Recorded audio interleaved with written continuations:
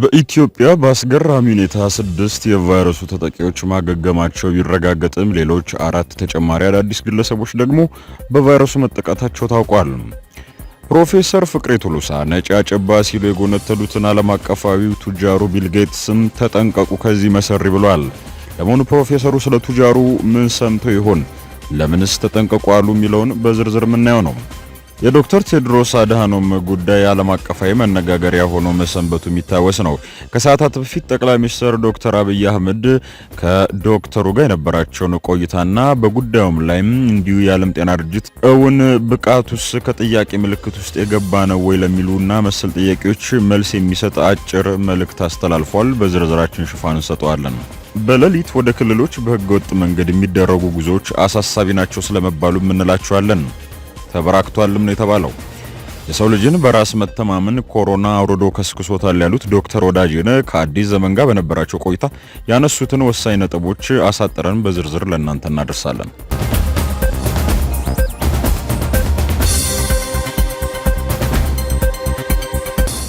በኢትዮጵያ ተጨማሪ 4 ግለሰቦች የኮሮና ቫይረስ ተገኝቶባቸዋል። ከህመሙ ያገገሙ ሰዎች ቁጥር ደግሞ 10 ደርሷል ተብሏል። በኢትዮጵያ ባለፉት 24 ሰዓታት የላቦራቶሪ ምርመራ ከተደረገላቸው 345 ግለሰቦች መካከል 4ቱ የኮሮና ቫይረስ እንደተገኘባቸው መረጋገጡን የጤና ሚኒስቴር አስታውቋል። ቫይረሱ ተገኝቶባቸው ክትትል እያደረጉ ከሚገኙት መካከል 10 ግለሰቦች ደግሞ አገግሟል ነው የተባለው። የጤና ሚኒስትሯ ዶክተር ሊያ ታደሰ ለኢትዮጵያ ዜና አገልግሎት እንደተናገሩት እስካሁን ባለው ሂደት በኢትዮጵያ በአጠቃላይ ለ3500 ሰዎች የላቦራቶሪ ምርመራ ተከናውኗል። ዛሬ ቫይረሱ የተገኘባቸው 4ቱም ግለሰቦች ኢትዮጵያውያን መሆናቸውንም ነው የገለጹት። 2ቱ ወንድ 2ቱ ደግሞ ሴቶች ሲሆኑ 3ቱ የጉዞ ታሪክ ያላቸው ናቸው ብለዋል። ከነዚህ መካከል አንድ የ30 ዓመት ሴትና አንድ የ29 ዓመት ወንድ ኢትዮጵያውያን ከዱባይ መጥተው በለይቶ ማቆያ ክትትል ሲያደርጉ የነበሩ መሆኑን ሚኒስትሯ ገልጸዋል።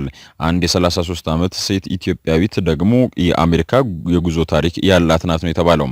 ሌላኛው ግለሰብ የ42 ዓመት ዕድሜ ያለው ኢትዮጵያዊ ነው ብለዋል። ግለሰቡ የውጭ ሀገር የጉዞ ታሪክ የሌለው ሲሆን በህመሙ ከተያዘ ሰው ጋር ንክኪ እንዳለውና እንደሌለው እየተጣራ መሆኑን የተናገሩት። በሌላ ዜና ቫይረሱ እንዳለባቸው ተረጋግጦ ክትትል እያደረጉ ከሚገኙ ግለሰቦች መካከል ተጨማሪ 6 ሰዎች ከበሽታው ማገገማቸውን ሚኒስትሩ ይፋ አድርገዋል። ይህን ተከትሎም በአጠቃላይ ከህመሙ ያገገሙ ሰዎች ቁጥር ወደ 10 ከፍ ብሏል። በጽኑ ህሙማን ክፍል ክትትል ሲያደርጉ የነበሩት የ65 ዓመቷ ኢትዮጵያዊት ትናንት ህይወታቸው ማለፉን አስታውሰው አሁን ላይ በጽኑ ህሙማን ክፍል ክትትል የሚደረግላቸው ህሙማን አለመኖራቸውን አስታውቀዋል። ጠቅላይ ሚኒስትር ዶክተር አብይ አህመድ የዓለም ጤና ድርጅት ዋና ዳይሬክተር ዶክተር ቴድሮስ አድሃኖም አመራራቸው ወቅቱንና ኃላፊነቱን የሚመጥን መሆኑን አስታወቁም። ጠቅላይ ሚኒስትሩ ከዶክተር ቴድሮስ አድሃኖም ጋር ተወያይተዋል። በውይይታቸውም ጊዜው የጋራ አመራር የሚጠይቅ መሆኑን እንዳረጋገጡላቸው በፌስቡክ ገጻቸው ባሰፈሩ ጽሑፍ አስታውቋል። ጠቅላይ ሚኒስትሩ ዶክተር ቴድሮስ አድሃኖም ስለ ኮቪድ-19 ወቅታዊ መረጃዎችን መስጠታቸውን በመጥቀስ የቫይረሱን ስርጭት ለመግታት የዓለም የጤና ድርጅት እያከናወነው ላለው ተግባር ምስጋና አቅርበዋል። አያይዘውም አመራራቸው ወቅቱንና ኃላፊነታቸውን የሚመጥን መሆኑን አውስተዋል። በኮሮና ወረርሽኝ ስጋት የህዝብ ትራንስፖርት እንቅስቃሴዎች በህጋዊ መንገድ ለጊዜው ለመቆም መገደዳቸውን ተከትሎ በምሽት ወደ ክልሎች የሚደረግ ህገወጥ ጉዞ ተበራክቷል ተብሏል። ይህ አጋጣሚ የትራንስፖርት ስምሪቱ በህገወጥ ደላላ የብርሃን ጉዞ በድቅድቅ ጨለማ እንዲተካ በር ከፍቷል ይላል የኢፕድ ዘገባ። መንገደኛውም ለኮሮና ወረርሽኝ እጋለጥ ይሆን የሚል ስጋቱን ረስቶ ራሱን ለተደራራቢ ችግሮች አጋልጦ እንደሚጓዝ ነው የተዘገበው። ለንግድ ስራ በየሳምንቱ አዲስ አበባ እንደሚመላለሱ የተናገሩት አቶ ይሁኔ የተባሉ ሰው እንደገለጹ ከሆነ ከምሽቱ 1 ሰዓት ጀምሮ የተለያዩ መኪኖች በተለይም ሚኒባሶች ተሳፋሪዎችን ጭነው ከአዲስ አበባ ይወጣሉ። ሌሊቱን በሙሉ ተጉዘው ወደ ባህር ዳር፣ ጎንደርና ሌሎች ከተሞች ይጓዛሉ። ተሳፋሪዎቹ ከደላሎች ጋር ሂሳብ ተነጋግረው እንደሚጨርሱና ደላሎች ደግሞ ከባለመኪኖቹ ኮሚሽናቸው እንደሚቀበሉ ነው የተናገሩት ሲል ያስረዳሉ።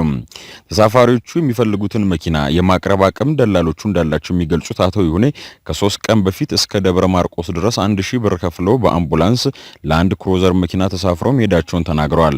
ከዚህ ጋር በተያያዘ ወደ ሐዋሳ ከተማ የሚገቡም ሆነ ከከተማዋ የሚወጡ የትራንስፖርት አገልግሎት የሚሰጡ ተሽከርካሪዎች ላይ እገዳ ቢጣልም የቤት መኪኖች ግን 3 እጥፍና ከዚያ በላይ በማስከፈል ወደ ሐዋሳ ሰዎች እንደሚያጓጉዙ ተዘግቧል። የቤት መኪኖች የሚፈቀድላቸውን ተጨማሪ የአንድ ሰው መቀመጫን በመጠቀም ከመደበኛው ትራንስፖርት ዋጋ 3 እጥፍና ከዚያ በላይ በማስከፈል ሰዎቹን ወደ ከተማይቱ እንደሚያጓጉዙ የሐዋሳ ከተማ ነዋሪዎችን ዋቢ አድርጋ ፍትህ መጽሔት ዘግባለች። ዘግባለች።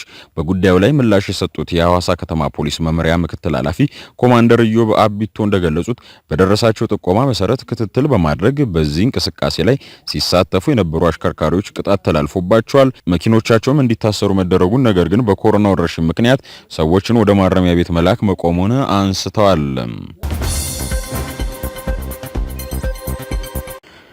በአዲስ አበባ ከተማ የቤት ለቤት የኮሮና ቫይረስ ምርመራ ሊጀመር ነው ተብሏል። ምክትል ከንቲባ ኢንጂነር ታከለ ኡማ እንደገለጹት ከሚቀጥለው ሳምንት ጀምሮ በአዲስ አበባ ሁሉም ወረዳዎች የኮሮና ቫይረስ ምርመራ ይጀመራል። ምርመራው ተጋላጭ ሊሆኑ ይችላሉ ተብለው ከተለዩ ወረዳዎች የሚጀምር መሆኑን ገልጸው በመዲናዋ በ117ቱም ወረዳዎች ይከናወናል ብለዋል። ለምርመራው ጡረታ ላይ የነበሩና በሙያው ልምድ ያላቸው ከ1200 በላይ ሐኪሞች የመንግስትን ጥሪ ተቀብለው ካሉት ሐኪሞች ጋር ተጨማሪ ኃይል በመሆን ዝግጁ መሆናቸውንም ከንቲባው ገልጸዋል። እንደ ኢዜአ ዘገባም የኮሮና ቫይረስ የሰው ልጆች የመጨረሻ ምስኪኖች እንደሆንን እያሳየን ነው። ሀብታሙ፣ ድሃው፣ የተማረው፣ ያልተማረው የመጨረሻ አቅመቢስ መሆናችንን እያሳየ ነው። ምክንያቱም ትላልቅ የተባሉትን ሀገሮች ሲያንበረክካቸው አይተናል። በቃ አንችልም ብለው ተስፋ ሲቆርጡም አይተናል አሉ ዶክተር ወዳጄነህ መሐረንም። እኛም ሀገር እንደዚሁ ነው። ሁሉም ራሱን ማየት አለበት። ለካ ህይወት እንደዚህ ናት። ለካ የምንጋደልበት ፖለቲካ ይሄ ነው። ለካ የምንጣላባት አዲስ አበባ ይቺ ናት ብለው ያስባሉ። ስለዚህ ፖለቲከኞቻችንና አክቲቪስቶቻችን ቆም ብለው ሰው መሆናቸውን ሊያስቡ ይገባል። ከነበሩበት የተሳሳተ መንገድ ወጥተው ለሰው ሁሉ ፍቅር ሊኖራቸውና ለሀገራቸው ሰላም ለማምጣት መስራት ይጠበቅባቸዋል ብለዋል። የእንቅስቃሴያቸው መሰረቱ ፍቅር መሆን አለበት። መራር ጥላቻና ተቃውሟቸውን የሚተውበት ጊዜ ነው ብዬ አስባለሁ ያሉት ዶክተር ወዳጄነህ በሌላ በኩልም ኢኮኖሚያችን በጣም እየተጎዳ መሆኑን ለመረዳት ኢኮኖሚስት መሆን አይጠበቅብኝም። በአጠቃላይ ግን ይህ ቫይረስ የነበረንን በራስ የመተማመን ሁኔታ መሬት ላይ አውርዶ እንደከሰከሰው እውነት ነው ብለዋል። ከአዲስ ዘመን ጋዜጣ ጋር በነበራቸው ቆይታም የፕሬስ ድርጅት ቦርድ አባል ሰውን ደስ ብሎኛል፣ የታመቀ የሀገር ታሪክ ያለበት ስፍራ ነው ብለዋል። ከአዲስ ዘመን ጋዜጣ ጋር በነበራቸው ቆይታ የፕሬስ ድርጅት ቦርድ አባል ሰውን ደስ ብሎኛል፣ የታመቀ የሀገር ታሪክ ያለበት ስፍራ ነው። በተለይ አዲስ ዘመን ከስያሜው ጀምሮ ታሪካዊ በመሆኑ ለጋዜጣው ልዩ ክብር እንዳለኝ ለመግለጽ እሻለሁ። የነበዓሉ ግርማ፣ ብርሃኑ ዘሪሁን፣ ስብሐት ገብረ እግዚአብሔርና ጳውሎስ ኞኞ ቤት ነበር። የነሱ አሻራ ያለበት እነሱ የረገጡትን ቦታ መርገጥ በራሱ ለኔ ክብር ነው። ከዚያ በተጨማሪም ድርጅቱ የሚያሳትማቸው ጋዜጦች የኢትዮጵያ ማስታወሻ ደብተር እንደሆኑ አምናለሁ ብለዋል። የኢትዮጵያን ታሪክ ለማወቅ የሚፈልግ ማንኛውም ግለሰብ ወደ ፕሬስ ድርጅት መምጣት ያዋጣዋል ባይነኝ ያሉት ዶክተር ወዳጄነህ ምክንያቱም የተደራጀ ሰነድ ማግኘት የሚቻልበት ተቋም በመሆኑ ነው ብለዋል። በመሆኑም ልክ ጥያቄው ሲመጣልኝ በደስታን የተቀበልኩት ከጠየቅሽኝ ጥያቄ አንጻር በድርጅቱ እንዲመጣ የምፈልገው ለውጥ በተለይም አዲስ ዘመን ጋዜጣ በተለያዩ መንግስታት ስር እንደማለፉ ጥቂት የማይባለው ህዝብ ልክ የመንግስት ልሳን አድርገው ጋዜጣውን ማየት የመንግስትን ሐሳብ ብቻ የሚያንጸባርቅ የፕሮፓጋንዳ ማሽን አድርጎ የመቁጠር ነገር እንዳለ እረዳለሁ ብለዋል። በመሆኑም ይህ ጥሩ ያልሆነ አመለካከት እንዲለወጥ እፈልጋለሁ ያሉት ዶክተሩ ባለቤትነቱ የመንግስት ቢሆንም መንግስትንም ሆነ ሌሎችንም የሚተች ህዝብ የኔ ነው ብሎ የሚያምነው ጋዜጣ እንዲሆን እመኛለሁ።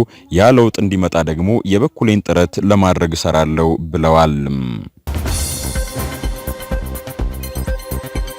ቢል ጌትስ ምን ያቅነዘንዘዋል አሉ ፕሮፌሰር ፍቅሬ ቶሎሳም።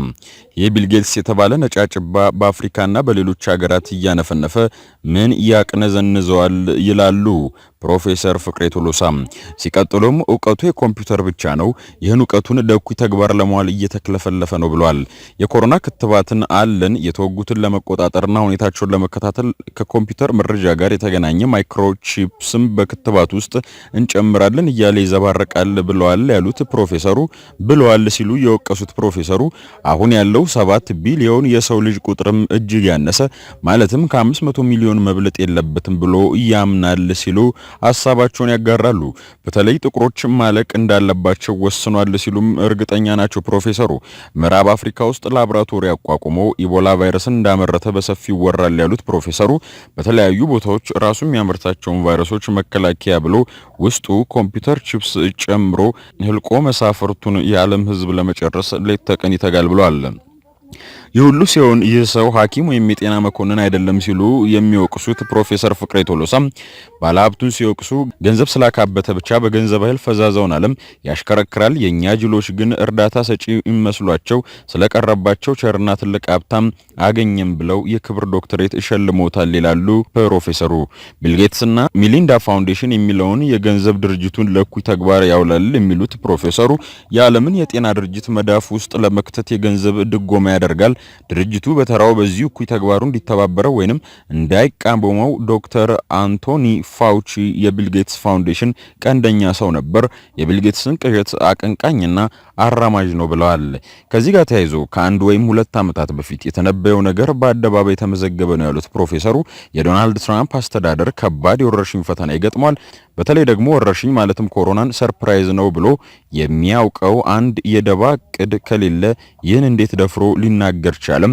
አሁን የቢልጌትስን አደገኛ ዓለም አቀፋዊ ክትባት ለማወጅ እየተዘጋጀ ነው።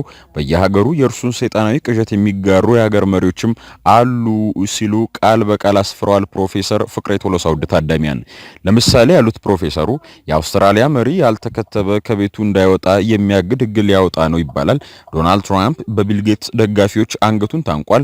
ምናልባት እነ ቢልጌትስ አሸንፈው ውስጡ ሳጥናኤላዊ ኮምፒውተር ቺፕስ ያለበት ክትባት ወይም ቫክሲን የዓለም ሕዝብ በበሽታውን አስፈራርተው በሕግ አንተርሰው እንዲወጋ አስገድደው እየቸበቸበ የጉት ይሆናል።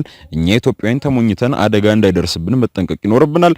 ደግነቱ የጤና ሚኒስትራችንና ባልደረቦቿ ከቢልጌትስ ክትባት ሌላ አማራጭ እየፈለገች እንደሆነ ይሰማል። ከዚህ በተረፈ እኛን እግዚአብሔር ራሱ በምሕረቱ መፍትሄውን ያምጣልን ሲሉ ቀድመው ለማስጠንቀቅ ይሞክራሉ። ፕሮፌሰር ፍቅሬ ቶሎሳ ከሰዓታት በፊት እንዳሰፈሩት